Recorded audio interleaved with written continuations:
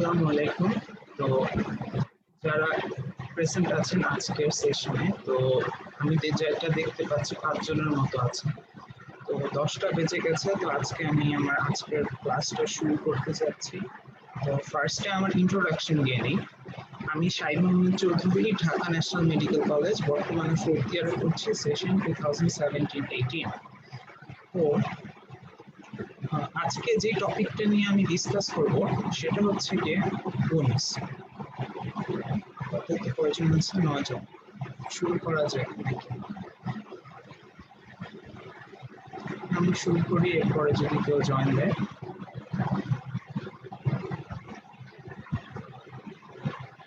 ঠিক আছে, তো আজকের ক্লাসটা শুরু করি বোনস নিয়ে।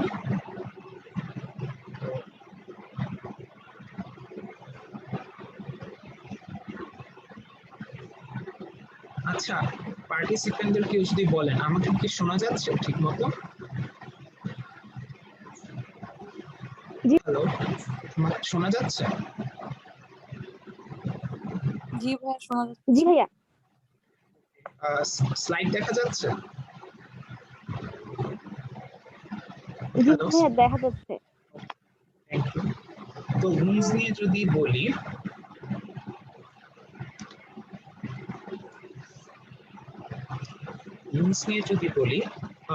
ফরেন্সিক মেডিসিন একটা কথা বলে, সেটা হচ্ছে গিয়ে wound and death are the heart of forensic medicine. তো ফরেন্সিক মেডিসিন যদি আমরা শিখি, অবশ্যই wounds and death নিয়ে ক্লিয়ার কনসেপশন থাকতে হবে। এন্ড অ্যাজ এ ডক্টর হিসেবে, ফিজিশিয়ান হিসেবে আমাদের wounds নিয়ে কমপ্লিট একটা ক্লিয়ার ভাইয়া জি জি ভাইয়া একটু বাড়তি সাউন্ড হচ্ছে বাইরে থেকে, কথাগুলো ক্লিয়ার শোনা যাচ্ছে না। just one minute.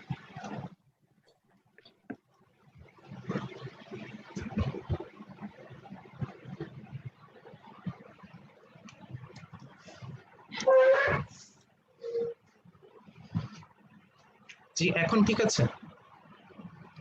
জি ভাইয়া। ওকে, তো আমি শুরু করি।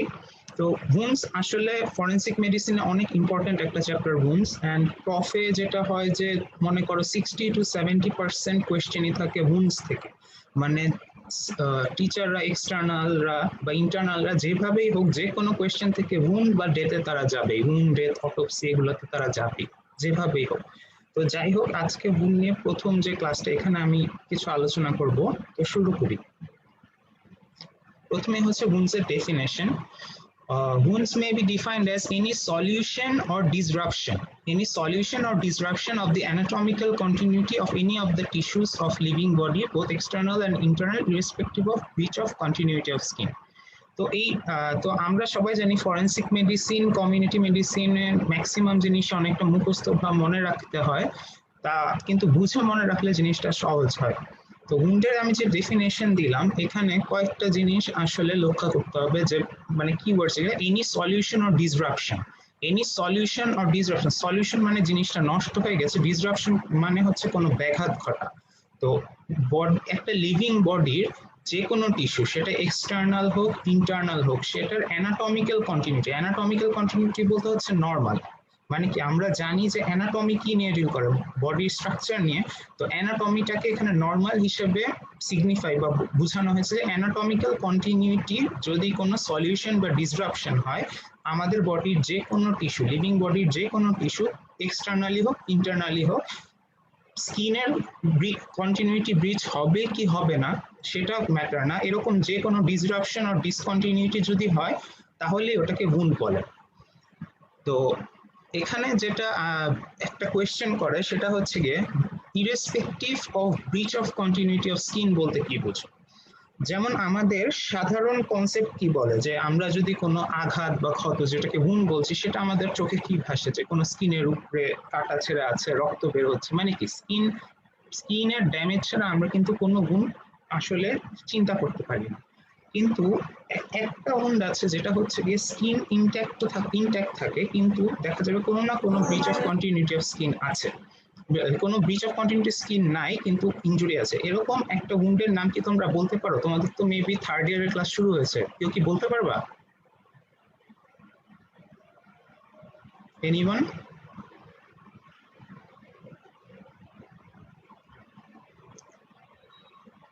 আমি তো 24 জন দেখতে পাচ্ছি, কেউ জানো না? না ভাইয়া। আচ্ছা, এটা এটা হচ্ছে কি ব্রুইজ, ঠিক আছে?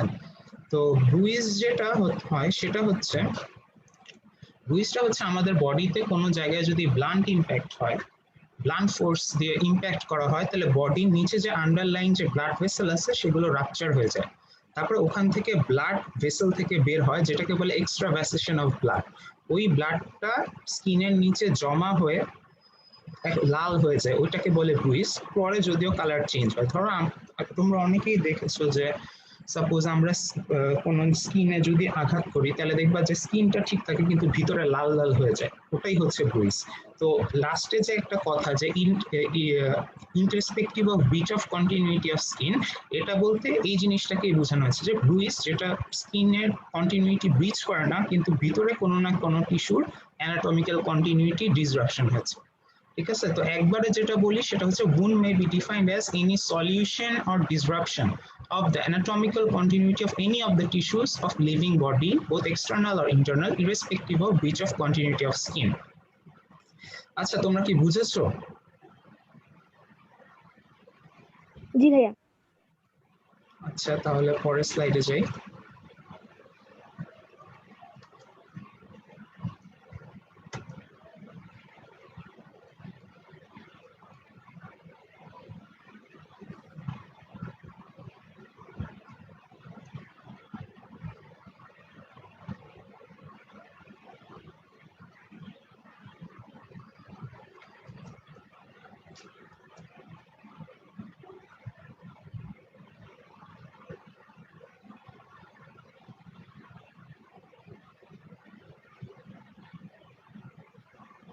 Just 1 minute.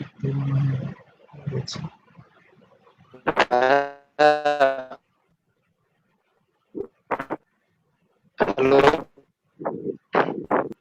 আপনি কি শুনতে? জি। ব্রুস মানে কি ওখানে কি ইন্টারনাল হেমোরেজ হয়? ইন্টারনাল হিমোরেজ বলতে কি বোঝাচ্ছ? মানে মানে বাইরে কোনো ব্লাড আসছে না, ভিতরেই থাকতেছে আজকে বডির ভিতরে?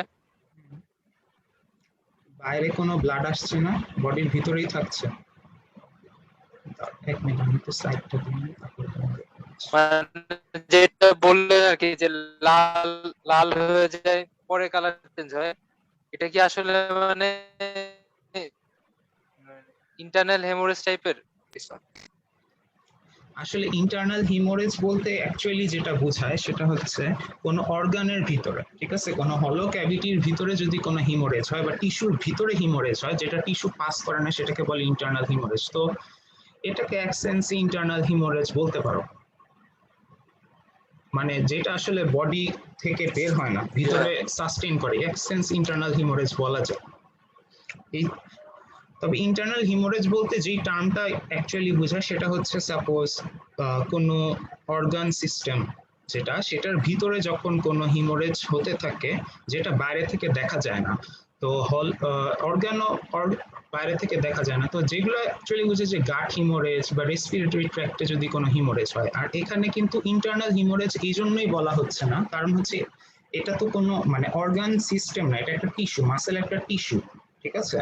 তো এটার ভিতরে যেটা হয় যে এক্সট্রাভাসেশন অফ ব্লাড হয়, এই জন্য মানে এটাকে ইন্টারনাল হিমোরেজ এই জন্যই বলা হচ্ছে। ইন্টারনাল হিমোরেজ টার্মটা হচ্ছে কি হলো ক্যাভিটি সহ কোনো অর্গানের ভিতরে যদি হিমোরেজ হয়, আর যেহেতু এটা একটু বাইরের দিকে সেজন্য এক্সট্রাভাসেশন অফ ব্লাড বলা হচ্ছে।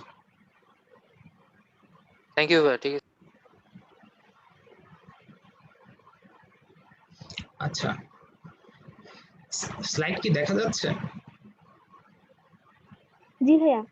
আচ্ছা, তো ক্লাসিফিকেশন অফ উন্ড যদি বলি, তো ক্লাসিফিকেশন অফ উন্ডস, তো এই জিনিসের ক্লাসিফিকেশন অ্যাকচুয়ালি ফার্স্টে যেটা আছে সেটা হচ্ছে অ্যাকর্ডিং টু পজিটিভ ফ্যাক্টর, মানে কোন জিনিসটা দিয়ে উন্ড হচ্ছে সেটার উপর ভিত্তি করে উন্ডের ক্লাসিফিকেশন করা হচ্ছে। তো দেখো, প্রথমে আমি বড় হেডিং এ কয়েকটা দিয়ে রেখেছি, যখন মেকানিক্যাল আর ফিজিক্যাল ইনজুরিজ, যেগুলা হচ্ছে যেই সব ইনজুরি গুলা কোনো মেকানিক্যাল ফোর্স, কোনো ওয়েপন দিয়ে, সেটা যে কোনো ওয়েপন বা ইভেন হ্যান্ডও কিন্তু একটা ওয়েপন, মানে যদি সেটা ইউজ করা হয়, তো এই যে কোনো একটা ওয়েপন দিয়ে যদি কোনো মেকানিক্যাল ফোর্স অ্যাপ্লাই করা হয় সেটার জন্য যে উন্ডস গুলা হয় সেটাকে বলে মেকানিক্যাল অর ফিজিক্যাল ইনজুরি।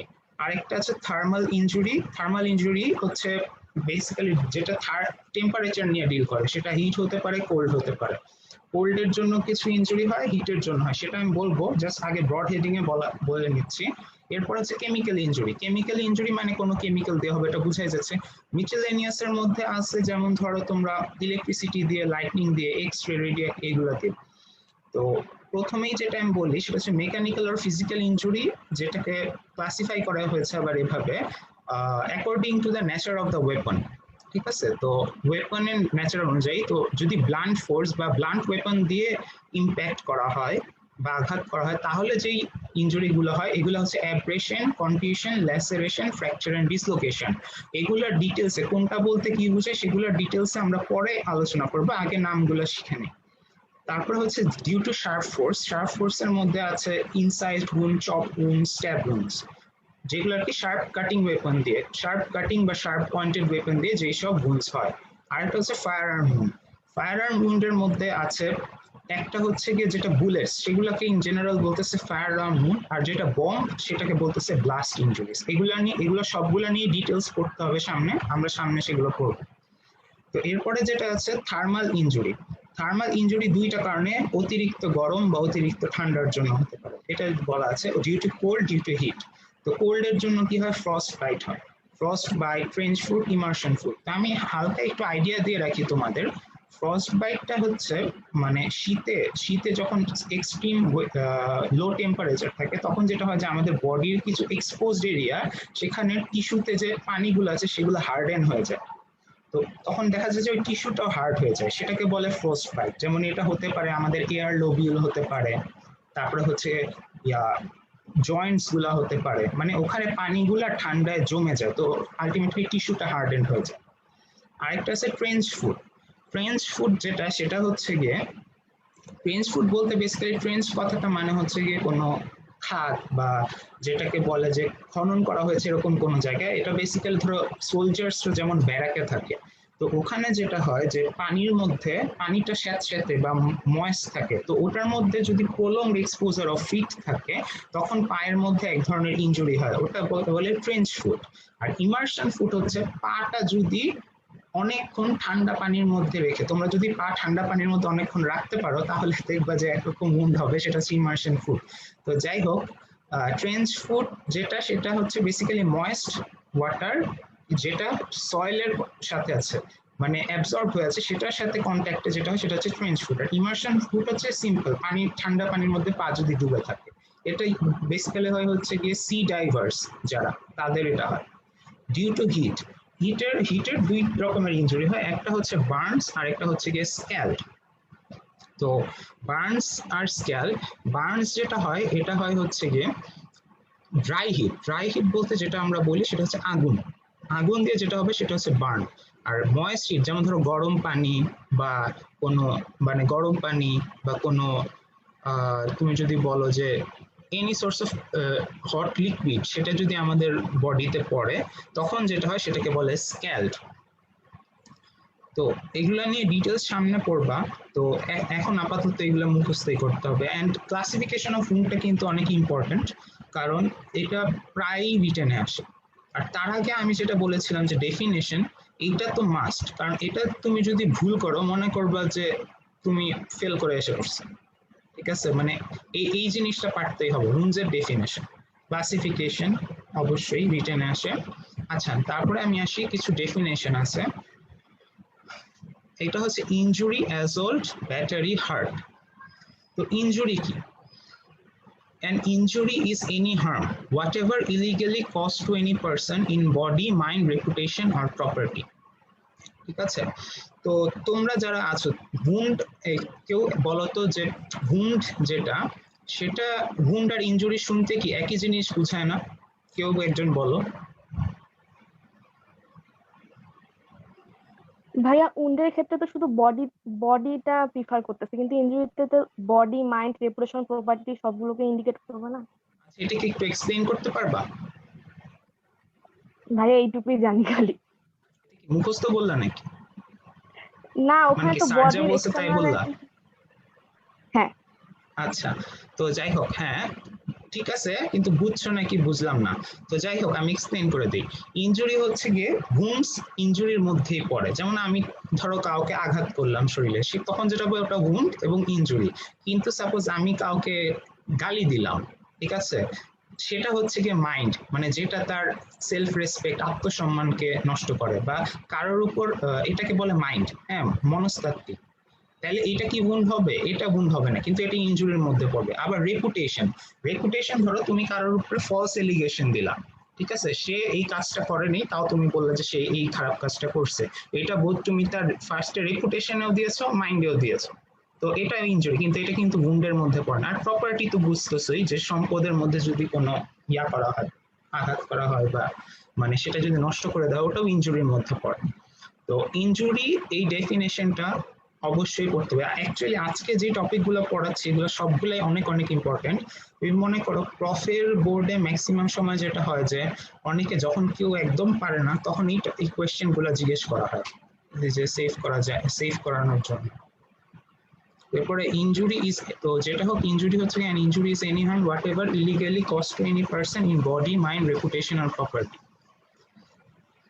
আচ্ছা, তো তোমরা ইনজুরি আর wound এর ইয়া বুঝছো ডিফারেন্সটা? জি ভাইয়া। জি ভাই, জি ভাই। আচ্ছা, তো ইনজুরির মধ্যে কি wound পড়ে?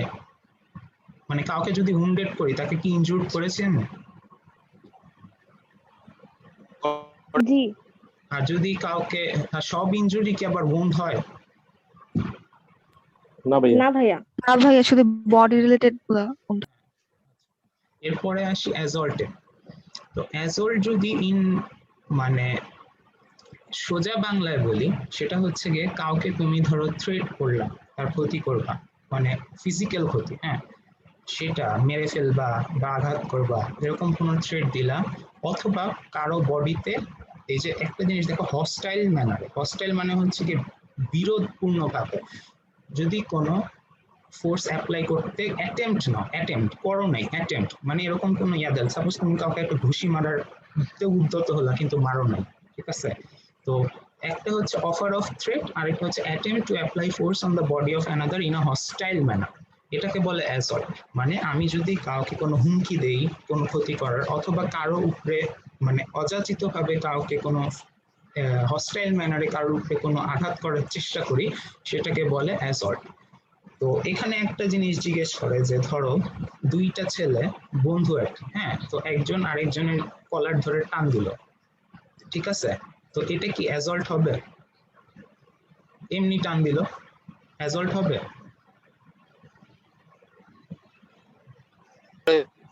না ভাই। কেন হবে না? কারণ এটা তো হস্টাইল ম্যানারে দেয় না। আচ্ছা, যাক, বুঝছো আশা করি। আচ্ছা, তো যেটা হোক, এটা হচ্ছে অ্যাসল্টের ডেফিনেশন। তো এরপরে যেটা আছে সেটা হচ্ছে ব্যাটারি। ব্যাটারি হচ্ছে ইন জেনারেল বলি, a battery is any assault brought into action or it is the actual application of force to the body of another in a hostile manner. যে আমি যেটা বললাম যে একটু আগে তুমি ইয়া দিলা, হুমকি দিলা, এটা যদি কার্যকর করো সেটাকে বলে ব্যাটারি, অথবা ওই যে ঘুষি দিতে গেলা হস্টাইল ম্যানারে, সেটা যদি দিয়ে দাও তখন এটাকে বলে ব্যাটারি। এটাই বলছে যে a battery is an assault brought into action or it is the actual application of force to the body of another in a hostile manner. তো এটা বুঝছো ভাইয়া, তাহলে অ্যাসল্ট আর ব্যাটারির মধ্যে পার্থক্যটা কি? মানে তুমি assault বলো এখন হচ্ছে অ্যাসল্ট আর মানে ব্যাটারি, আমি তো ফিজিক্যালি অ্যাটাক না করা। হ্যাঁ, অ্যাসল্ট হচ্ছে অ্যাটেম্প্ট করা। ভাই অ্যাসল্ট মানে কি তাহলে ফিজিক্যালি অ্যাটেম্প্ট করা, আর ব্যাটারি হচ্ছে যদি করে দিলা তখন ওটা হয়ে যাবে ব্যাটারি। হ্যালো ওকে ভাই। হ্যালো, আচ্ছা শোনা যাচ্ছে? জি ভাইয়া।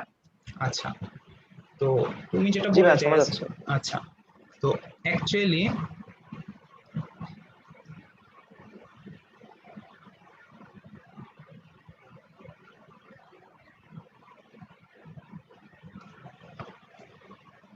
জাস্ট 1 মিনিট একটু দাঁড়াও। আচ্ছা, তোমরা কি আমাকে শুনতে পাচ্ছ? নেটটা, হ্যালো, শোনা যাচ্ছে? জি ভাইয়া, ওকে, শোনা যাচ্ছে ভাইয়া। দেখা যাচ্ছে স্লাইড? জি ভাইয়া। ওকে, আচ্ছা, তো এরপরে যেটা অ্যাজল্ট ব্যাটারি, তো আমরা আসলে এই দুইটা জিনিস দুইভাবে পড়তেছি কেন, তাই না? অ্যাজল্ট ব্যাটারি, যেমন আসলে এই জিনিসটা কি, করতে গেলে অ্যাজল্ট আর করে ফেললে ব্যাটারি, তাই না? তো এখন কথা হচ্ছে কি, মানে মেডিকো লিগালি যেটা হয় যে এই দুইটা টার্ম অনেক ইম্পর্টেন্ট, মানে দুইটার জন্য জাজমেন্ট প্রসিডিউর বা জুডিশিয়াল প্রসিডিউর দুইভাবে আগে। তো এই জন্য এই কনসেপ্ট সম্পর্কে আমাদের জানতে হবে, মানে ধারণা থাকা উচিত, যেহেতু আমরা যখন মেডিকো লিগাল কাজ করব। তো সেই জন্য এই টার্মগুলো পড়া। তো যাই হোক, এরপরে হচ্ছে গিয়ে হার্টটা অনেকটা গুণটি বুঝায়, তো তাও এটার ডেফিনেশনটা মুখস্থ করো। A hurt is any bodily pain, disease or infirmity whatever cause illegally to any person. আচ্ছা, তো হার্টটা মধ্যে উন্ড আছে, হ্যাঁ, এখানে কোন পার্টটা দিয়ে বুঝায় যে এখানে উন্ড ইনক্লুডেড হার্টের মধ্যে, কেউ বলতে পারবা? যদি বুঝে থাকো, মানে বলতে পারলে বুঝবে যে উন্ডটা বুঝছো। যে ডেফিনেশনটাতে আছে, hurt is any bodily pain, disease or infirmity whatever cause illegally to any person. Anyone বলো তো দেখি, এখানে উন্ড, এটার মধ্যে কি উন্ড ইনক্লুডেড? এনিওয়ান?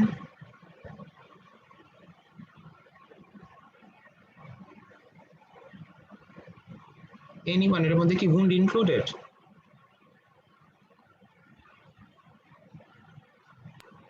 ভাই ইনক্লুড তো হবে কজ বডলি পেইনের কথা আছে।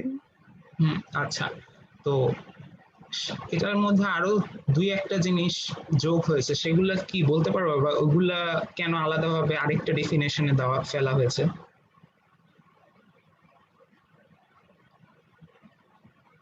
যেমন ধরো এখানে ভাইয়া ডিজিজ, ইলিগাল কথাটা বলা হয়েছে। না না না, এটা হচ্ছে আমি বলি, এটা হচ্ছে bodily pain, disease or ইনফার্মিটি। Disease মানে কি, রোগ, তাই না? আর ইনফার্মিটি মানে হচ্ছে অক্ষমতা। তো আসলে হার্টটা বেসিক্যালি আমাদের মেডিকেল পার্সনদের সাথে রিলেটেড, এই জন্য হচ্ছে কি এখানে হার্টটা আরেকটা, মানে হার্টের আরেকটা ডেফিনেশন দেওয়া হয়েছে। সাপোজ তুমি কাউকে বডিলি, সাপোজ তুমি একটা অপারেশন করতে গেলা ডক্টর হিসেবে, তো তুমি কোনো ইনফার্মিটি করলে, কি রাইটলি একটা ভালো চোখ বাদ দিয়ে খারাপ চোখ উঠায় ফেললা, ঠিক আছে, তখন তুমি তাকে ইনফার্মিটি করলা, ঠিক আছে। আবার ধরো ডিজিজ, তুমি একটা ভুল ট্রিটমেন্ট দিলা, বা যতটুকু কেয়ার দেওয়া দরকার ছিল ততটুকু দিতে পারো নাই, ঠিক আছে, যার কারণে তার একটা ডিজিজ হয়েছে। তো সেটা হচ্ছে যেটা হার্টের মধ্যে পড়তেছে ডিজিজ, আর বডিলি পেইন তো বুঝছো। তো এই জন্য হচ্ছে আরেকটা ডেফিনেশন দেওয়া, সেটা হচ্ছে কি hurt is any bodily pain, disease or infirmity whatever cause illegally to any person, ঠিক আছে। ভাই তাহলে কি বডি পেইন না হলে তাহলে হার্ট হবে না? না, এখানে তো বলা মানে আছে বডি পেইন যদি না হয়, তিনটার যে কোনো একটা হতে পারে। জি ভাই। এখানে দেখো এনি বডিলি পেইন অর ইনফার্মিটি বলা আছে। ভাই তাহলে কি বডলি পেইন প্লাস দুটাই বলা যাবে? হ্যাঁ, কি বলছো, আরেকবার একটু বলো। ভাইয়া আপনি তো বললেন যে তিনটার যে কোনো একটা হলে হার্ট হবে। হ্যাঁ হ্যাঁ, ভাইয়া আপনি তো বললেন না যে তিনটার যে কোনো একটা হলে হার্ট হবে, তাহলে বডিলি পেইন বলে কি হার্টও বলা যাবে প্লাস উন্ডও বলা যাবে? হ্যাঁ,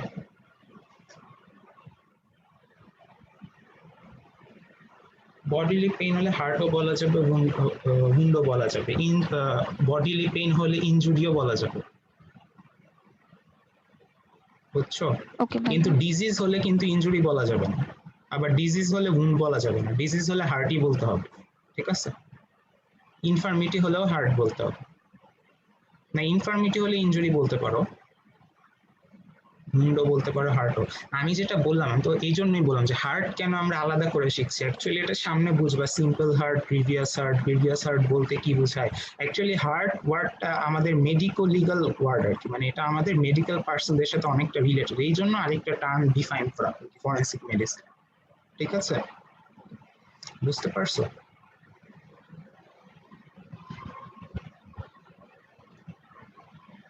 জি ভাই। জি ভাই। আচ্ছা, যাই হোক, তো এখনই বুঝবা যে হার্টটা কেন এভাবে হইলো বা কেন এটা করতেছে। ক্লাসিফিকেশন অফ হার্ট, হার্ট দুই প্রকার, একটা হচ্ছে গিয়ে সিম্পল হার্ট, আর একটা হচ্ছে গিয়ে প্রিভিয়াস হার্ট। তো এখানে ফার্স্টে যেটা বলবো আমি, সবচেয়ে যে গ্রিভিয়াস হার্ট, এই যে পরীক্ষার হলে কিন্তু আমরা গ্রিভিয়াস বলি এবং এটা বলতে যে প্রায় স্পেলিংটা ভুল লেখি, ঠিক আছে? তো এবং এটা স্যাররা জানে ভালো করে এবং প্রফেট টেবিলে এই স্পেলিংটা লিখতে দেয়, এই যে গ্রিভাস। হ্যাঁ, তো এই স্পেলিংটা মনে রাখবা, কারণ এই স্পেলিংটা একদম লিখতে দেয় যে গ্রিভিয়াসের বা গ্রিভাসের স্পেলিং বলে। তো এটার স্পেলিংটা অ্যাকচুয়ালি ইম্পর্টেন্ট, এটা বলে রাখা। তো যাই হোক, classification of heart, simple heart, grievous heart. আচ্ছা, তো সিম্পল হার্ট জিনিসটা কি? দাঁড়াও, আচ্ছা এটা পরের স্লাইডে ক্লিয়ার করি। সিম্পল হার্ট জিনিসটা কি? সিম্পল হার্ট হচ্ছে হার্ট, সিম্পল মানে কি, মানে সামান্য, যেটা তুমি মানে যেটা আমরা ইন জেনারেল নলেজে আমরা যেটা বুঝি, তো ওটাই এখানে লেখা আছে, a heart which is neither extensive nor serious and which heals without leaving any permanent deformity or disfiguration। ঠিক আছে, যেই হার্টটা এক্সটেন্সিভ না সিরিয়াস না, মানে খুব অনেক বড় কিছু হয়ে গেছে বা সেরকম না, and heals without leaving any permanent deformity or disfiguration। Actually এখানে লিভিং এনি পার্মানেন্ট ডিফর্মিটি এই জিনিসটা ইম্পর্টেন্ট, কারণ তোমার ধরো তোমাকে কেউ একটা চাকু দিয়ে দিল, মানে একটা যেটাকে আমরা বলি ভাষায় ইনসাইজ উন্ড, একটা আঘাত করলো, তো ওখানে কিন্তু তোমার একটা ডিসফিগুরেশন হয়েছে, ঠিক আছে? এবং এই ডিসফিগুরেশনটা কিন্তু থাকবে, মানে তুমি ওইখানে কিন্তু একটা স্কার টিস্যু উঠবে এবং ওখানে কিন্তু তোমার নর্মাল অ্যানাটমিক্যাল যে অ্যাপিয়ারেন্স সেটা কিন্তু নষ্ট হচ্ছে। তো নর্মাল অ্যানাটমিক্যাল অ্যাপিয়ারেন্স যখন নষ্ট হচ্ছে তখনই ওটাকে বলে ডিসফিগুরেশন, আর অ্যানাটমিক্যাল স্ট্রাকচার যখন হয় তখন এটাকে বলে ডিফর্মিটি, মানে ফর্ম নষ্ট হয়ে গেছে। সাপোজ তোমার পা কেটে দিলাম, ঠিক আছে, এটা হচ্ছে ডিফর্মিটি। ডিসফিগুরেশন হচ্ছে তোমার অ্যাপিয়ারেন্স পাল্টায় দিলাম, তোমার মুখে এরকম কোনো দাগ থাকার কথা ছিল না, সেটা ছুরির একটা আঘাতের কারণে এরকম একটা স্কার টিস্যু হয়ে গেল বা পুড়ে গেল, এটাকে বলে ডিসফিগুরেশন।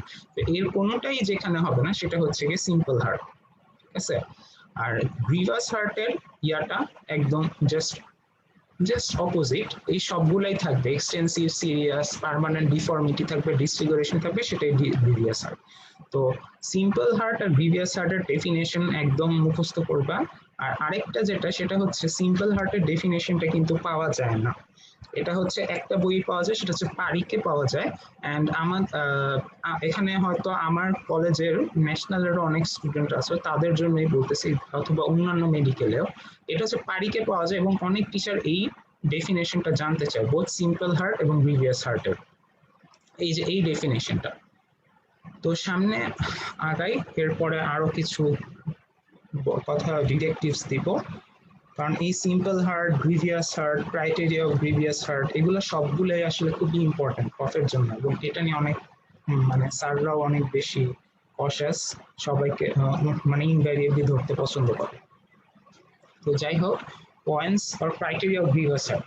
Points or criteria of grievous heart বলতে আসলে যেটা বোঝায় যে যেই সব জিনিস হলে আমরা অ্যাকচুয়ালি গ্রিভিয়াস হার্ট বলবো, ঠিক আছে, যেই সব জিনিস হলে আমরা অ্যাকচুয়ালি গ্রিভিয়াস হার্ট বলবো। তো ফার্স্টেই বলে রাখি, এখানে গ্রিভিয়াস হার্টের অ্যাকচুয়ালি 8টা পয়েন্ট আছে, 8টা পয়েন্ট আছে। এই 8টা পয়েন্ট একদম হুবহু মুখস্থ করবে, মানে হচ্ছে কোনো ওয়ার্ড যাতে এদিক ওদিক না হয়। আর কেন আমি এই কথাটা বলছি সেটা আমি এক্সপ্লেইন করে দিব, যে কেন আমি বলছি একদম হুবহু মুখস্থ করতে, এটা আমি বলতেছি। ধরো, আচ্ছা, তো ফার্স্টে হচ্ছে গিয়ে যদি সিম্পলি আমি বলি ক্রাইটেরিয়া অফ গ্রিভিয়াস হার্ট, ইম্যাসকুলেশন। ইম্যাসকুলেশন মানে হচ্ছে লস অফ মাস্কুলিনিটি, মানে একটা মেইলের মাস্কুলিনিটি যেটা আছে সেটাকে যদি কোনোভাবে নষ্ট করে দেওয়া হয় সেটাকে বলে ইম্যাসকুলেশন। এখন এটা কিভাবে নষ্ট করে দেওয়া যেতে পারে? Amputation of the penis, amputation of the penis, penis কেটে দেওয়া হইলো, এটাতে ম্যাসকুলিনিটি নষ্ট হয়। অথবা আমরা যেটা জানি যে তোমরা তো ফার্স্ট সেকেন্ড ইয়ার পড়ে আসছো, আচ্ছা বলো তো যে লোয়ার বডির যে প্যারাসিম্প্যাথেটিক, সিম্প্যাথেটিক, প্যারাসিম্প্যাথেটিক যে সাপ্লাই দেয়, প্যারাসিম্প্যাথেটিক সাপ্লাই কে দেয় বলো তো? কোন নার্ভটা দেয়? তোমরা তো নিশ্চয়ই ফিজিওলজিতে পড়ে আসছো, ফিজিওলজি অ্যানাটমিতে। ধরো ইউরেথ্রা, জি বলো বলো, কেউ একজন বলতেছিলাম। ভেগাস না?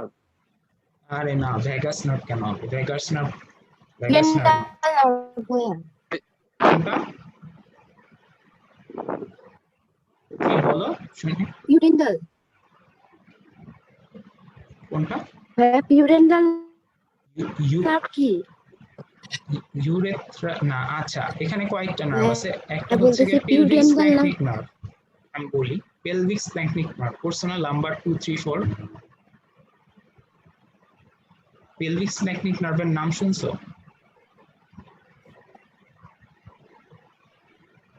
এনিওয়ান?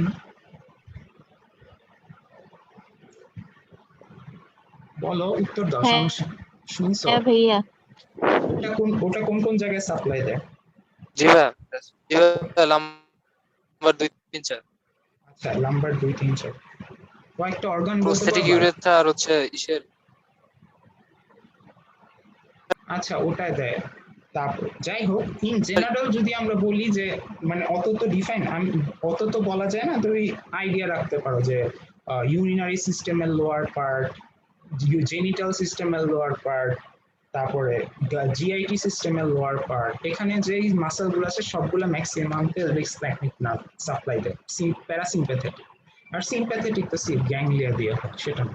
তো যাই হোক, আমার এটা বলার উদ্দেশ্য হচ্ছে গিয়ে সাপোজ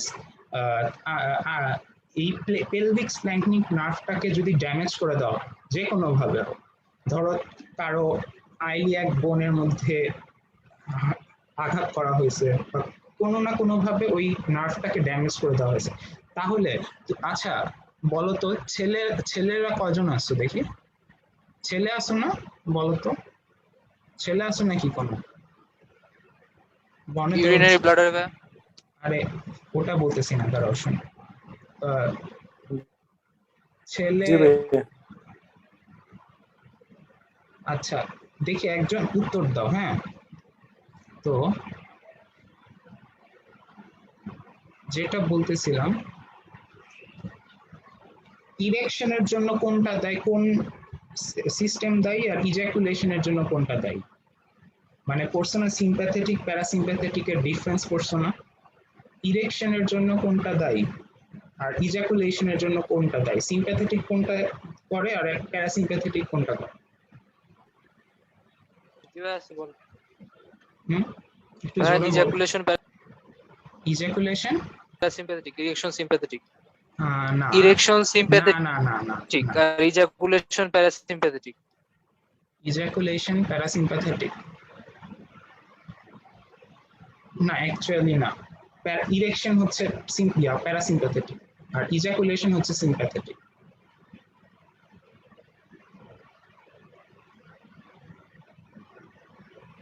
জি ভাইয়া।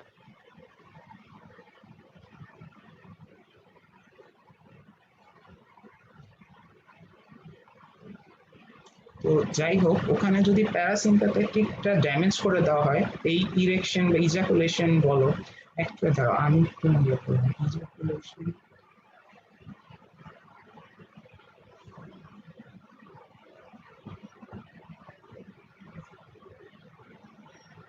না হ্যাঁ, ইরেকশনটা প্যারাসিম্প্যাথেটিক। তো যাই হোক, হ্যাঁ, তো যেটা হয় যে ধরো যদি পেলভিক স্প্ল্যাঙ্কনিক নার্ভটা ড্যামেজ করে দেওয়া হয়, তো ইরেকশন ক্যাপাবিলিটি লস হয় মেইলের। তো যেটা হয় মেইল ইম্পোর্টেন্ট হয়ে যায়, সেটা ওয়ান সর্ট অফ ইমাস্কুলেশন। আরো অনেক নার্ভ আছে, যেমন genital branch of genitofemoral nerve, erigentes nerve, এগুলা ড্যামেজ করে দেওয়া হয়। বা ইভেন ধরো একটা কাজ করা হয়, মানে মানুষ অনেক বুদ্ধিমান, বুঝছো, মানে সায়েন্স পুরাটা না বুঝলেও কখন দরকার সেটা বুঝে। যেমন ধরো অনেকে করে কি, ধরো আমাদের যে ভার্টিব্রাল কলাম আছে তাই না, তো ওটাকে মেরুদণ্ড বলে না বাংলায়, তো ধরো নিচের দিকে এসে একটা আঘাত করে দিবে, তাহলে যেটা হয় কি বলো, একটু আগে যে বললাম যে পেলভিক স্প্ল্যাঙ্কনিক নার্ভ লাম্বার 2 3 4 থেকে লাম্বার সেগমেন্টে যদি আঘাত করে, হ্যাঁ, ওখানে ওটা ওই নার্ভ ফাইবার ড্যামেজ হয়ে যাবে না, বা সেন্টারটা ড্যামেজ হয়ে যাবে না?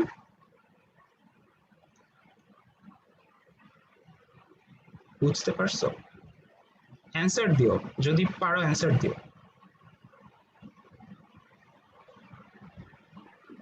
এনিওয়ান?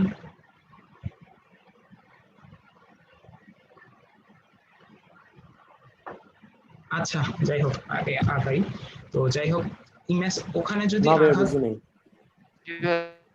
হুম, আব- কোন জায়গাটা বলবো আবার বলো? একটু বলেন ভাই, আবার একটু বলেন, আবার একবার বলেন আবার।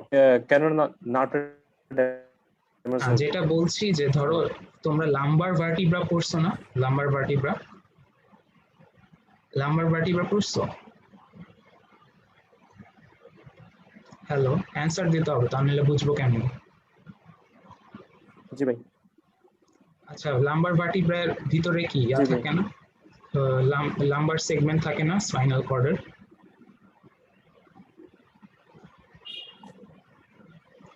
লাম্বার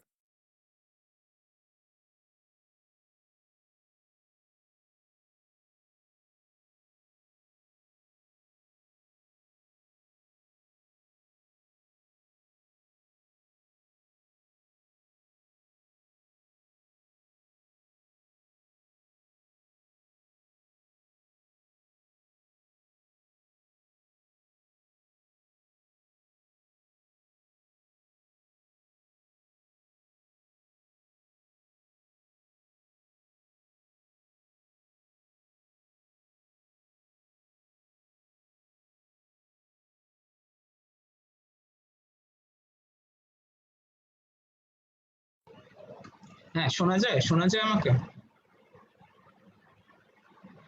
হ্যাঁ ভাইয়া। আচ্ছা, নেটটা একটু ঝামেলা করতেছে। যাই হোক, তো আমি যেটা বলতেছিলাম, এই লাম্বার 2, 3, 4 সেগমেন্টের কাছাকাছি যদি ওই ভার্টিব্রাল কলামে ড্যামেজ করা হয়, তাহলে কি হবে? এই পেলভিক স্প্ল্যাঙ্কটার এখান থেকে অরিজিনেট করতেছে, এটা আর কাজ করতে পারবে না। আলটিমেটলি ইরেকশন ক্যাপাবিলিটি এটা লস হবে। ঠিক আছে, ইরেকশন ইজাকুলেশন দুইটা, কারণ সিম্প্যাথেটিক গ্যাং ইয়া তো ওখানেই থাকে, তাই না? তো বোথ মাস্কুলিনিটি লস হবে। তো যাই হোক, কাউকে যদি এইভাবে ইমাস্কুলেশন করা হয় তখন ওটা গ্রিভিয়াস হার্ট হবে। ঠিক আছে, এটা এখানে ইমাস্কুলেশন হিসেবে জিজ্ঞেস করা হচ্ছে। তো যে কয়টা বললাম এগুলো একটু মনে রাখবা, কারণ শুধু রিটেনে তো ধরো এই 8টা পয়েন্টই, মানে 8টা পয়েন্টই শুধু লেখা আসে, কিন্তু ভাইভাই কিন্তু অনেক সময় এক্সপ্লেনেশন জিজ্ঞেস করে যে বলো তো এই কাজটা করলে কি গ্রিভিয়াস হার্ট হবে নাকি, বা ইমাস্কুলেশন কিভাবে কিভাবে করে, এটা জানা দরকার। ঠিক আছে, তারপরের গুলা সহজ। Permanent privation of sight of either eye. দেখো এখানে এই ইয়াটা মনে, আমি যে বললাম যে সবগুলো ওয়ার্ড একদম হুবহু লিখতে হবে, একটা বাদ দেওয়া যাবে না, এটার কারণটা বুঝবা। যেমন ধরো পার্মানেন্ট, আচ্ছা, privation of sight of either eye মানে হচ্ছে যে কোনো একটা চোখের দৃষ্টি ক্ষমতা যদি নষ্ট করে দেওয়া হয়, শুধু নষ্ট না, পার্মানেন্টলি নষ্ট করে দেওয়া হয়, তখন এটাকে বলে হচ্ছে গিয়ে permanent privation of sight of either eye. মানে আমাদের দুইটা চোখের যে কোনো একটা চোখ বা দুইটা চোখেরই যদি দৃষ্টি ক্ষমতা নষ্ট করে দেওয়া হয় যে কোনোভাবে পার্মানেন্টলি, তখন ওটাকে গ্রিভিয়াস হার্টের মধ্যে ফেলা যায়। সেম দেখো এখানে বলা আছে permanent privation of hearing of either air,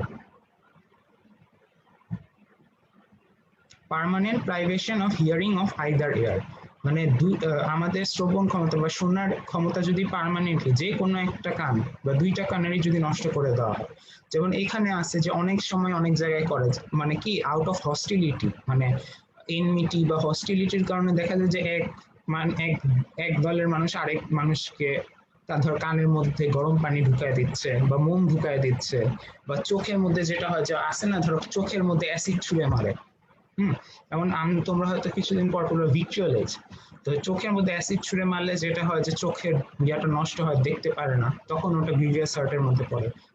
পানির কানের মধ্যে কোনো ইনফেকশন হয় বা গরম পানি বা ওরকম কোনো মেটালিক ধাতব জন্য লিকুইড যদি দিয়ে দেওয়া হয়, তখন মানে শোনার ক্ষমতা চলে যায় আর কি, তখন ওটাকে বলছে permanent privation of hearing of either ear. তো এইগুলা যদি কেউ কাউকে করে তখন এটা গ্রিভিয়াস হার্টের মধ্যে পড়বে। Privation of any member of joint, member মানে হচ্ছে বডির, এখানে মানে এইখানে যে মেম্বার বলতে যেটা বোঝানো হচ্ছে বডির কোনো অর্গান অথবা জয়েন্ট। ঠিক আছে, তো জয়েন্টের সাথে কি কি স্ট্রাকচার ইনভলভ, মনে করো একটা জয়েন্টের মধ্যে কয়েকটা স্ট্রাকচার, কিছু মাসেল আছে, কিছু লিগামেন্ট আছে, বোনস আছে, নার্ভ আছে, আর্টারি আছে, এগুলার যে কোনো একটা যদি ড্যামেজ হয় এবং সেটার কারণে যদি জয়েন্টের মুভমেন্ট বা জয়েন্টের যে নর্মাল ফাংশন সেটা যদি লস হয়, সেটাকে বলতেছে প্রাইভেশন অফ এনি জয়েন্ট। আর মেম্বার মানে হচ্ছে বডির যে কোনো অর্গানকে যদি কোনো ড্যামেজ করা হয়। তো সাপোজ পয়জনিং এর মাধ্যমে হোক, মানে পয়জনিং করলে দেখবো অনেক অর্গান ড্যামেজ হয়, বা কোনো উন্ডের মাধ্যমে হোক। সাপোজ আমি বুকে একটা দিলাম, বা ধরো পেটের মধ্যে চাকু দিয়ে একটা স্ট্যাব উন্ড করা হলো, তো তখন পেটের মধ্যে যে ভিসের আছে ওগুলো ড্যামেজ হবে না? তো ওগুলার যদি প্রাইভেশন এখানে কিন্তু পার্মানেন্ট কথা নেই, প্রাইভেশন হইলেই সেটা হচ্ছে গিয়ে ওই গ্রিভাস হার্টের মধ্যে পড়বে। এটা যদি করা হয়, নষ্ট করা হইলেই সেটা গ্রিভাস হার্টের মধ্যে পড়বে। তো এখন কি তোমরা বুঝছো যে কেন আমি একদম ওয়ার্ড টু ওয়ার্ড বলতেছি বা স্যাররা বলে? মানে ঘটনাটা হয়েছে কি যে আমাদের সাথে অনেকে পরীক্ষা দিয়েছে বা যারা দেয়, অনেকে বলে যে আমি তো পুরা ঠিক বলছি, ধরো বলতেছি permanent privation of sight of either eye এর জায়গায় বলে দিল permanent privation of sight of eye. ঠিক আছে, মানে আইদার বলবো না। তাহলে এখানে permanent privation of sight of either eye মানে হচ্ছে কি একটা চোখও হইতে পারে, দুইটা চোখও হইতে পারে, কিন্তু একটা চোখ হইলে ওটা গ্রিভাস হার্টের মতো। কিন্তু তুমি যদি আইদার আই বাদ দাও তাহলে হয়ে যাবে এটা যে কোনো একটা চোখ বা দুইটা চোখ বুঝাতে পারে। তখন তুমি যখন মেডিকেল অফিসার হিসেবে ইনজুরি রিপোর্ট লিখতে যাবা, তখন কিন্তু তুমি বুঝবা না যে আমি কি এটাকে গ্রিভাস হার্ট লিখবো কি লিখবো না, কারণ আমি তো ঠিক মতো, আমার কনসেপ্ট নাই যে একটা চোখ হইলেই গ্রিভাস হার্ট বলা যাবে নাকি দুইটা চোখ হইতে হবে। আবার ধরো পার্মানেন্ট হইতে হবে, তুমি দেখলা চোখে একটু আঘাত পাইছে, এখন একটু ঝাপসা দেখতেছে, একটু পরে ঠিক হয়ে গেছে, তুমি ওটাকে গ্রিভাস হার্ট বললো, ওটা কিন্তু হবে না, পার্মানেন্ট হইতে হবে। এই জন্য আর কি ওয়ার্ড গুলা মানে সেন্টেন্স গুলো হচ্ছে পয়েন্ট টু পয়েন্ট বলতে হয়। যাই হোক, এরপরে আসি। তো এরপর আছে destruction or permanent impairing of the powers of any member or joint. ঠিক আছে, তো এখানে যেটা একটু আগে যেটা বললাম সেটা হচ্ছে নষ্ট করলেই, আর এখানে হচ্ছে পার্মানেন্ট, মানে তুমি যদি জয়েন্ট কোনো জয়েন্টে এমন কোনো ড্যামেজ করো বা কোনো অর্গানের এমন কোনো ড্যামেজ করো সেটা টেম্পোরারি ড্যামেজ, আর এখানে বলছে পার্মানেন্টলি ড্যামেজ। টেম্পোরারি ড্যামেজ করলেও গ্রিভাস হার্ট হবে, পার্মানেন্টলি ড্যামেজ করলেও গ্রিভাস হার্ট হবে। তো জয়েন্টের বিষয়টাও কিন্তু প্রফে জিজ্ঞেস করে যে সাপোজ এই বোনস বা এই লিগামেন্ট কে যদি ড্যামেজ করা হয় তাহলে কি গ্রিভাস হার্ট হবে এরকম, বা এই আর্টারিটা যদি ড্যামেজ হয় বা এই নার্ভটা যদি ড্যামেজ হয়, যেটা একটু আগে বললাম, তো ওটা গ্রিভাস হার্টের মধ্যে পড়বে। আচ্ছা, তারপরে হচ্ছে permanent disfigurement of head or face. Permanent disfigurement of head or face বলতে ধরো এই যে একটু আগে আমি বললাম অ্যাসিড ছুঁড়ে মারলাম কারো মুখের মধ্যে, তার মধ্যে কিন্তু ওটা পুড়ে যাবে, কিছুদিন পর স্কার টিস্যু উঠতে পারে, মানে তার ইয়াটা হচ্ছে গিয়ে পার্মানেন্টলি ডিসফিগার করা হলো, তাহলে ওটা গ্রিভাস হার্টের মধ্যে পড়বে। সেম কেস ফর হেড, কারো হেডে কোনো মানে কোনো হার্ট করা হলো তাহলে কিন্তু তার হেডের ডিসফিগারেশন হবে, অনেক সময় চুল সরাই ফেলতে হয়, স্ক্যাল্পে ড্যামেজ হয়, তখন ওটা গ্রিভাস হার্টের মধ্যে পড়বে। তো ফ্র্যাকচার এন্ড এরপর হচ্ছে fracture or dislocation of a বোন অর টুথ, এটা তো বুঝাই যেতেছে কোনো হাড় বা দাঁত যদি আঘাত করা হয়, ইভেন মানে যদি ফ্র্যাকচার হয় বা ইভেন ডিসলোকেশন হয় তখন ওটা গ্রিভাস হার্টের মধ্যে পড়বে। তো এখানে একটা জিনিস বলে রাখতে হয় যে এখানে কিন্তু স্কাল বোন সেটাকে যদি ড্যামেজ করা হয় তখন ওটা গ্রিভাস হার্টের মধ্যে পড়ে। আচ্ছা, লাস্টের পয়েন্টটা হচ্ছে any hurt which endangers life or which causes the victim to be in severe bodily pain or unable to follow his ordinary courses for a period of 20 days.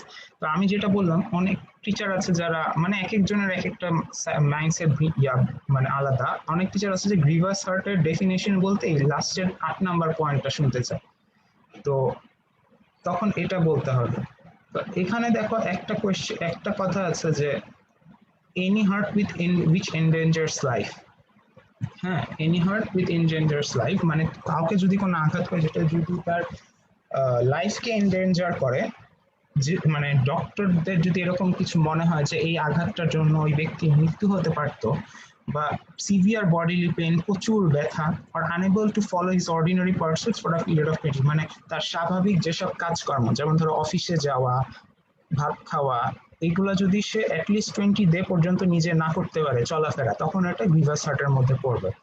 তো এখানে একটা ট্রিকি কোয়েশ্চেন আছে যে সাপোজ একটা normal person আর একজন ধরো celebrity, ধরো সালমান খানের তুমি চুল কেটে দিলা আর একটা নর্মাল পার্সনের চুল কেটে দিলা, দুইটাই কি গ্রিভাস হার্ট?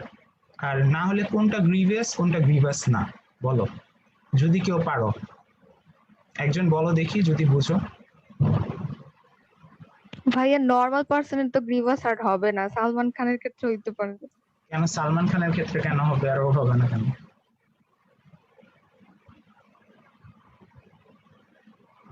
বলো দেখি এক্সপ্লেইন। ভাইয়া ভাইয়া সে তো সেলিব্রিটি, সে চুল কেটে কিভাবে বের হবে? সে তো তার অ্যাক্টিং বা সেই ক্ষেত্রে যদি কোনো কাজ থাকে সে তো করতে পারবে না, অ্যাক্টিং পারপাসে যদি লাগে সেরকম রিকোয়ারমেন্ট। সেটা বুঝছো তাহলে, অ্যাকচুয়ালি এটাই। যাই হোক, যাক, বোঝা গেছে, ভালো। এরকম আরো অনেক ট্রিকি কোয়েশ্চেন করে। আমার কথা হচ্ছে কি, তোমাদের আমি যেগুলা বললাম ওগুলাই যে জিজ্ঞেস করবে তা না, কিন্তু এই 8টা পয়েন্ট মুখস্থ করবা, বুঝে পড়বা, ভালো মতো বুঝবা, দেন তোমাকে যেখান থেকে ঘুরায় ফিরে যেই কোয়েশ্চেনই করুক তুমি তাহলে মানে নিজের খাটায়, আইকিউ খাটায় তুমি উত্তরটা দিতে পারবে। এই হচ্ছে কি কথা। তো যাই হোক, পরের স্লাইডে যাই।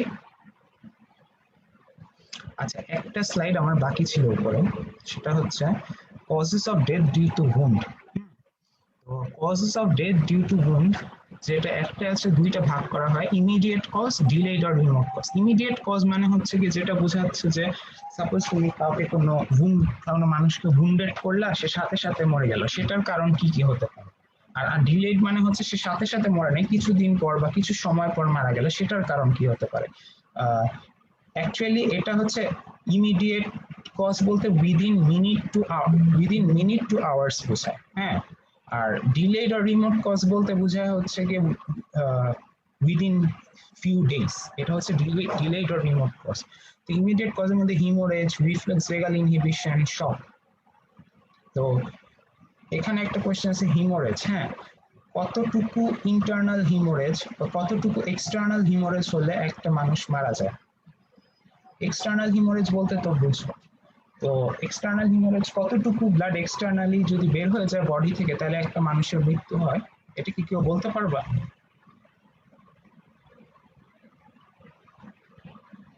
জানো কেউ যে কতটুকু এক্সটার্নাল ব্লিডিং হলে একটা মানুষের মৃত্যু হয়? মানে এটা হচ্ছে যেটা জেনারেলি বলে যে external haemorrhage 1/3 of the blood of the body যদি মানে এক্সট্রাভ্যাসেটেড বা বডি থেকে বের হয়ে যায় তখন একটা মানুষ মারা যায় হিমোরেজের কারণে। আরেকটা হচ্ছে রিফ্লেক্স ভেগাল ইনহিবিশন। তো অনেক স্যারের এটা আবার মানে স্যাররা জিজ্ঞেস করে হোয়াট ইজ রিফ্লেক্স ভেগাল ইনহিবিশন, এটার মেকানিজম ধরে। তো এই জিনিসটা পড়বা হ্যাঙ্গিং বা ভায়োলেন্ট অ্যাসফিক্সিয়াতে, এই টার্মটা অনেক বুঝবা, রিফ্লেক্স ভেগাল ইনহিবিশন। তো আমি যেটা বলতেছি সেটা হচ্ছে গিয়ে, এখানে আমি আর ডিটেলস এটা নিয়ে বেশি কিছু বলবো না, তবে যদি টাইম থাকে ক্লাসের শেষে তাহলে এইটা রিফ্লেক্স ভেগাল ইনহিবিশন বলতে কি বোঝায় সেটা বলবো।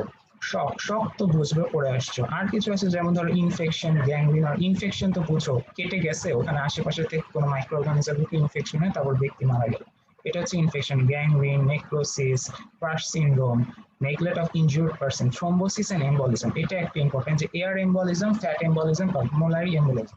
তো থ্রোম্বোসিস আর এম্বলিজম মানে হচ্ছে আমাদের ব্লাডের মধ্যে যদি কোনো অবস্ট্রাকশন হয়, সেটা যদি বাতাসের জন্য, এয়ারের জন্য হয়, তখন ওটাকে বলা হচ্ছে কি এম্বলিজম। আর থ্রম্বোসিস হচ্ছে কোনো সলিড পার্টিকেল।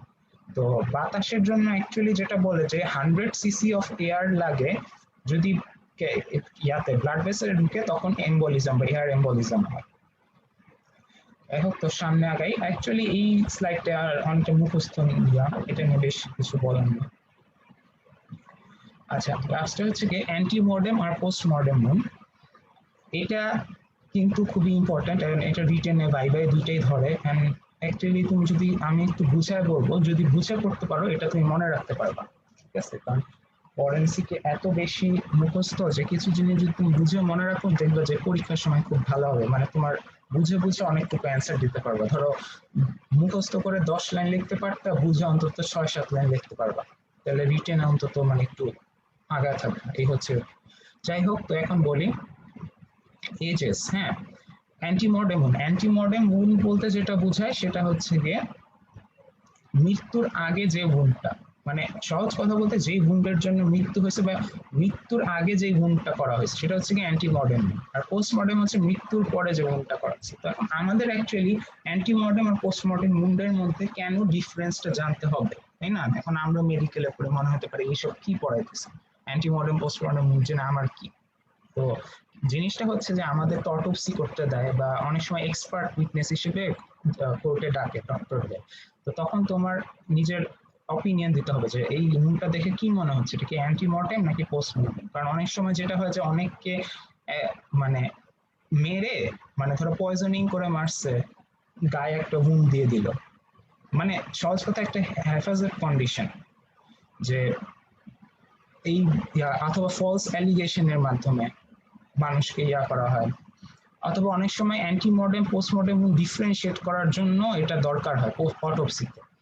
যাই হোক, অ্যান্টিমর্টেম পোস্টমর্টেম উন্ডের ডিফারেন্সটা হচ্ছে গিয়ে এজেস মানে হচ্ছে গিয়ে মানে দুই সাইডের যে তুমি যদি বলো যে বাউন্ডারি যেটা বলে আর কি, তো এজেস গুলো হচ্ছে সোলেন, ইভার্টেড, রিট্রাক্টেড, উইং গেটস। ইভার্টেড মানে হচ্ছে গিয়ে মুখটা বের হয়ে থাকে, মানে ফাড়া। সোলেন মানে ফুলে থাকে। আর পোস্টমর্টেম হলে এইজ গুলা গ্যাপ গেপ থাকে না, মানে ওগুলা যে মানে ফাড়া হয়ে আছে বা একটু বের হয়ে আছে ওরকম থাকে না, মানে অ্যাপোজ থাকে, কাছাকাছি থাকে দুইটা এইজ। ব্লিডিং, অ্যান্টিমর্টেম উন্ডে প্রচুর ব্লিডিং হয় এবং ওটা আর্টারিয়াল হয়। ওখানে অ্যান্টিমর্টেম উন্ডে যে ব্লাডটা বের হয় ওটা হচ্ছে আর্টারিয়াল ব্লাড, আর পোস্টমর্টেম উন্ডে যেটা বের হয় সেটা হচ্ছে গিয়ে ভেনাস ব্লাড। তো আর্টারিয়াল ব্লাড আর ভেনাস ব্লাড কেমনে বুঝবে, এটা কি তোমরা জানো? বলতে পারবা কেউ? ফিজিওলজিতে তো পড়ে আসছো, এটা তো বুঝতে পারার কথা। আর্টারিয়াল আর ভেনাস ব্লাডের মধ্যে কেমন ডিফারেন্সিয়েট করবা, মানে একটা ব্লাড বের হইলো একটা বডি থেকে, মানে ব্লাড তো নিজে বলবে না যে আমি আর্টারিয়াল ভেনাস, তুমি দেখে কেমনে বুঝবা? কেউ কি বলতে পারবা?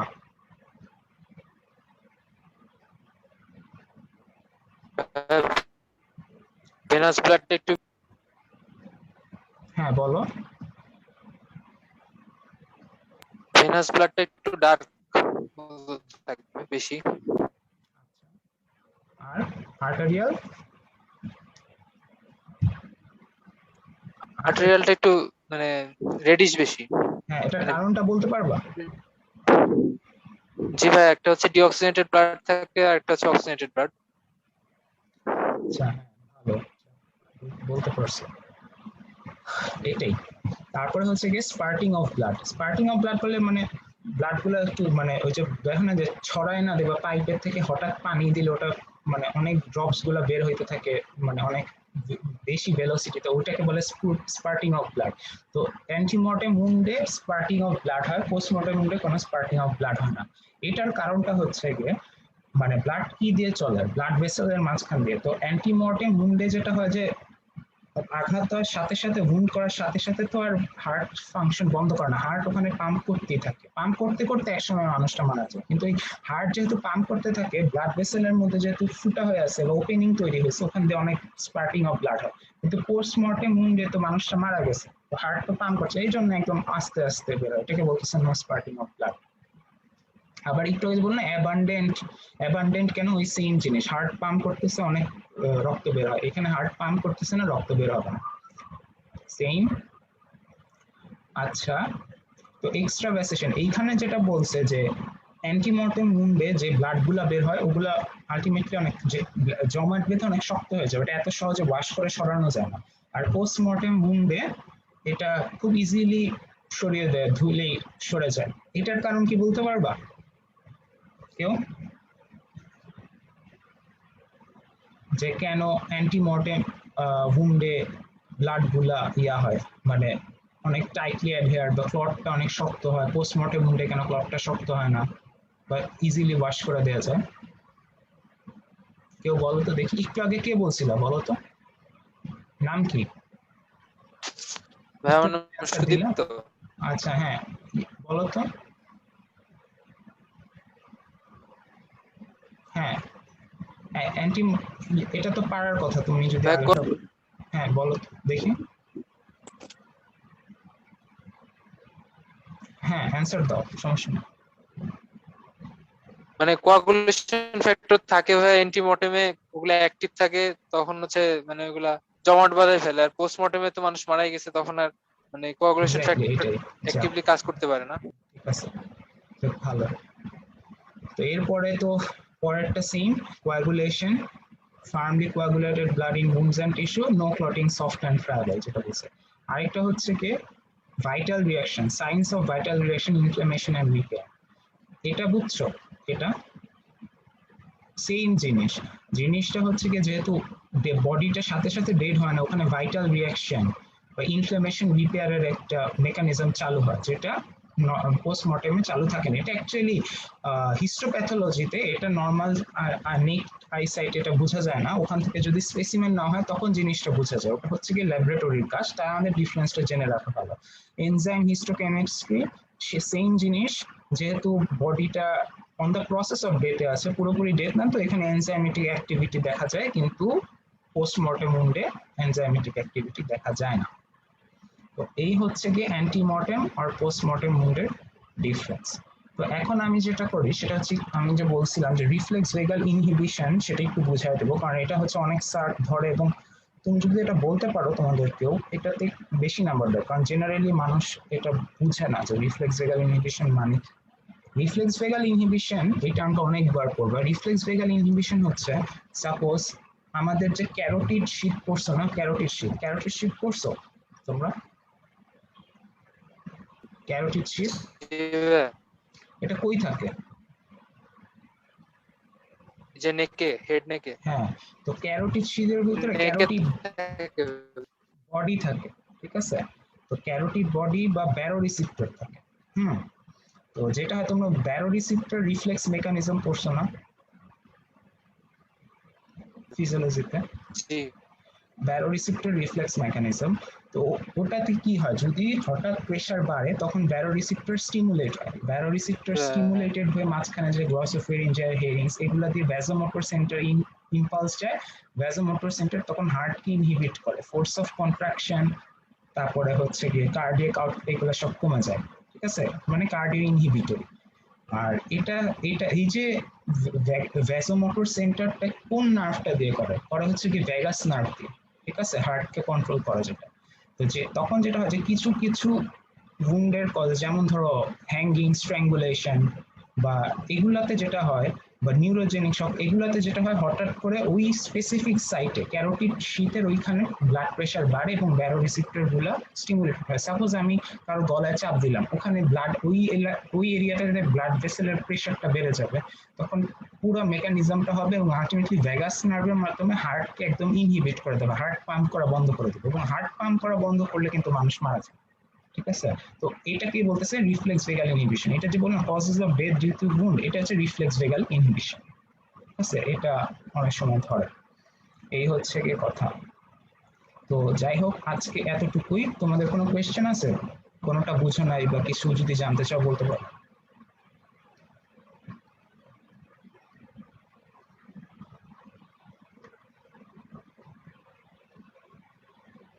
এনিওয়ান, তোমাদের কি কোনো কারো কোয়েশ্চেন আছে? কোনো বলতে পারো, চাইলে কিছু জানতে চাও বা বুঝো না এরকম।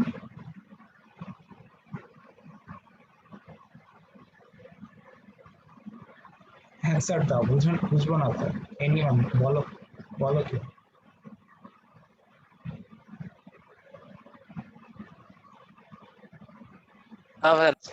আচ্ছা, তাহলে আজকে এতটুকু পর্যন্তই।